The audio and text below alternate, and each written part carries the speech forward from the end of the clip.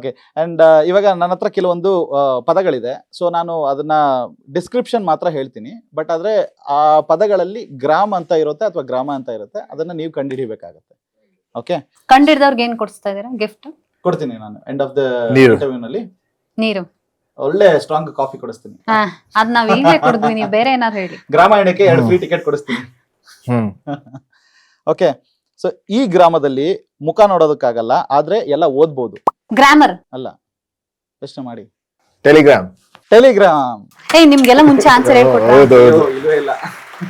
ಆತರ NEET paper leak ಆಗತ್ತಾರ ಇಲ್ಲಿ ನಾವು ಕ್ವಶನ್ ಪೇಪರ್ ಲೀಕ್ ಮಾಡಲ್ಲ.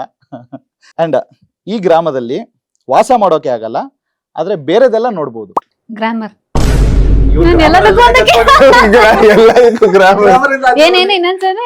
ಈ ಗ್ರಾಮದಲ್ಲಿ ವಾಸ ಮಾಡೋದಕ್ಕಾಗಲ್ಲ, ಆದ್ರೆ ಇಡೀ ಜಗತ್ತನ್ನೆಲ್ಲ ನೋಡ್ಬೋದು. ದಿನ ಬೆಳಗಾದ್ರೆ ನೀವು ನೋಡ್ತಾನೆ ಇರ್ತೀರ ಅದನ್ನ. ಇನ್ಸ್ಟಾಗ್ರಾಮ್. Instagram. Okay, next. ಈ ಗ್ರಾಮದ ಮೇಲೆ ಲೈಟ್ ಬಿದ್ರೆ 3D ಇಮೇಜ್ ಕಾಣಿಸುತ್ತೆ. ಕ್ಲೂ ಕೊಡೋದಂದ್ರೆ ಅದರಲ್ಲಿ ನೀವು ಒಂದ್ ಸ್ವಲ್ಪ ಗ್ರೀನ್ ಕಲರ್ ಶೈನಿ ಎಲ್ಲ ನೋಡ್ಬೋದು.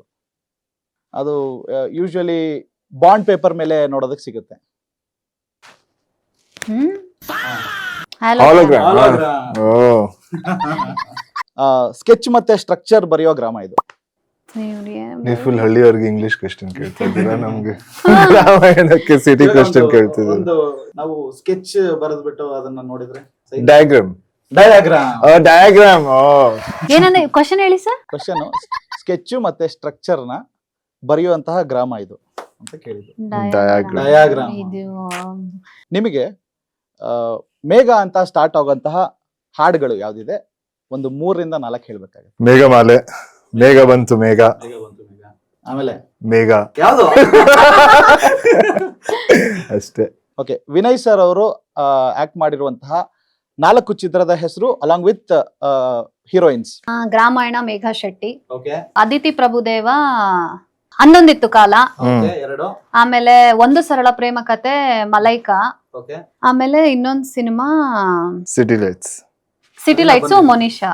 ಅದಿನ್ನ ಬಂದಿಲ್ಲ. ಬಟ್ ಮಾಡ್ತಾರ ಸಿನಿಮಾ, ಬಂದಿರೋ ಸಿನಿಮಾ ನೀವ್ ಹೇಳಿಲ್ಲ, ಹಂಗಾರೆ ಗ್ರಾಮಾಯಣನು ಹೇಳಂಗಿಲ್ಲ. ಓಕೆ, ಆಯ್ತು. City lights Monisha. ಓಕೆ,